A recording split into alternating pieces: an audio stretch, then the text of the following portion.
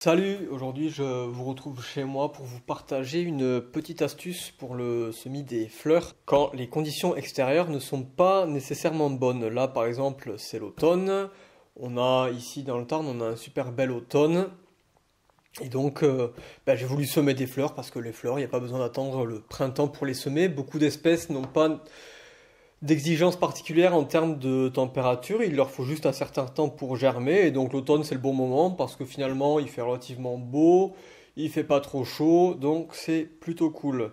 Le problème c'est que si je les sème dehors, elles sont sensibles à la pluie, et s'il y a de la pluie qui tombe euh, directement sur un semis, c'est pas bon, il faut éviter parce que le terreau après il se gorge d'eau et les graines pourrissent, donc ça c'est pas bon.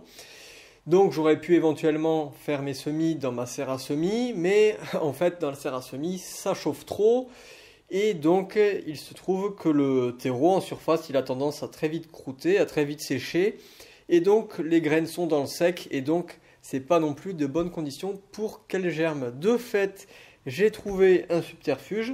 En fait, ce que je fais c'est que mes graines, je les mets dans des pochons comme ça, zippés.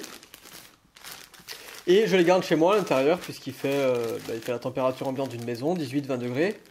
Donc je mets le nom de l'espèce, il y a les graines à l'intérieur, et donc ça germe progressivement, et il suffit de regarder de temps en temps, et dès que j'aperçois des filaments, et bien tout simplement je prends tout le mélange et je le disperse sur une terrine de semis, parce qu'à partir du moment où l'on aperçoit les premiers filaments, les restes des graines va se mettre à germer rapidement, et donc le semis va être rapide.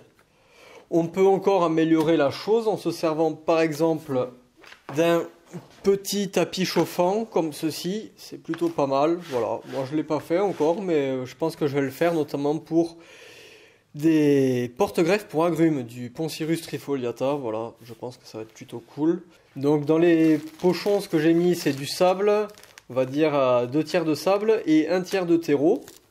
Ensuite j'ouvre le pochon, je mets un tout petit peu d'eau du robinet, je mélange, et ce qui est bien du fait que l'étiquette est à l'intérieur, c'est qu'on peut voir si le mélange sable-terreau accroche sur l'étiquette.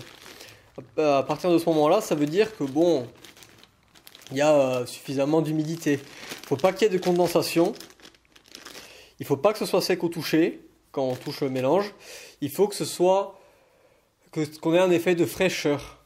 Mais il ne faut pas que ce soit trempé. Il faut vraiment une humidité résiduelle, et ça c'est la clé pour tous les semis en fait. Si vous arrivez à gérer votre humidité et qu'il y en a juste degré, et bien normalement on réussit à peu près tous ces semis, puisque pour ce qui est de la température, s'il fait pas assez chaud, c'est pas grave. Si le substrat n'est pas trop humide, les graines ne vont pas pourrir. Et à partir du moment où il fera assez chaud, les graines vont germer.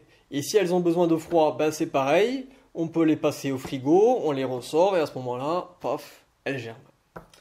Voilà, donc c'est une petite astuce de semis, avancée. On pourrait très bien envisager de s'en servir pour les légumes, hein. Plutôt que de faire des godets là, avec du terreau, et bon, ça trempe, et puis bon, après, il y a plein de graines qui crèvent.